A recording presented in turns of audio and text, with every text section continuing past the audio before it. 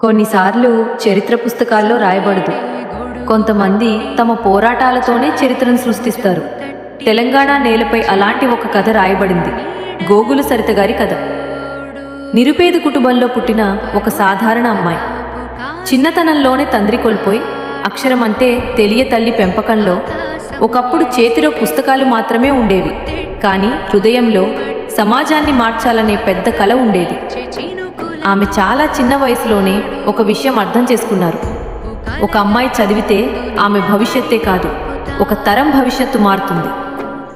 B.Ed పూర్తి చేసిన తర్వాత ఉపాధ్యాయురాలిగా తన ప్రయాణాన్ని ప్రారంభించారు. కానీ ఆమె లక్ష్యం కేవలం ఉద్యోగం కాదు. పేదరికం కారణంగా కలలులలు ఆగిపోతున్న పిల్లలకు విద్య అందించాలనుకున్నారు. అదే ఆలోచనతో ఒక రిమీడియల్ ట్యూషన్ సెంటర్ ప్రారంభించి సంవత్సరాల పాటు దాదాపు 1500 మంది పిల్లలకు ఉచిత మరియు సహాయక విద్య అందించారు. ఇతరులు రాజకీయాల్లో పదవుల కోసం వెతుకుతున్నప్పుడు సరిత పిల్లల చేతుల్లో పుస్తకాలు పెట్టారు. ఇతరులు ప్రసంగాలు చేస్తుంటే ఆమె మహిళలకు కుట్టు తరబేతి నీడి వారిని ఆత్మనిర్భరులుగా తీర్చిదిద్దారు. ప్రజలు కేవలం హామీలు ఇస్తుంటే ఆమె తన ఖర్చులతోనే కాలనీల్లో రహదారులు నిర్మించారు.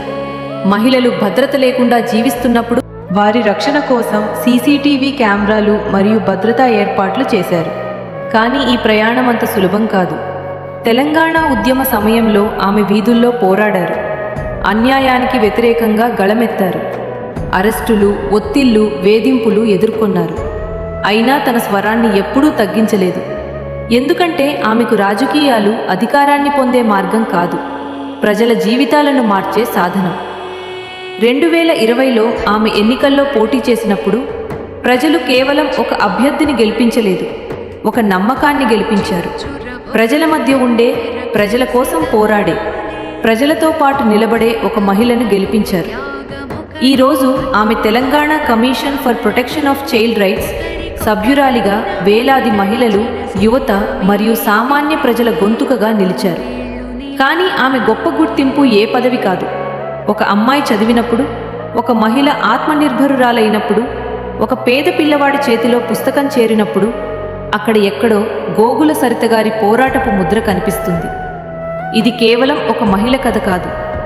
ప్రతి అడ్డంకికి ఎదురుగా నిలబడి నన్ను ఆపడం అంత సులభం కాదు. ఎందుకంటే నేను నా కోసం కాదు, నా సమాజం కోసం పోరాడుతున్నాను.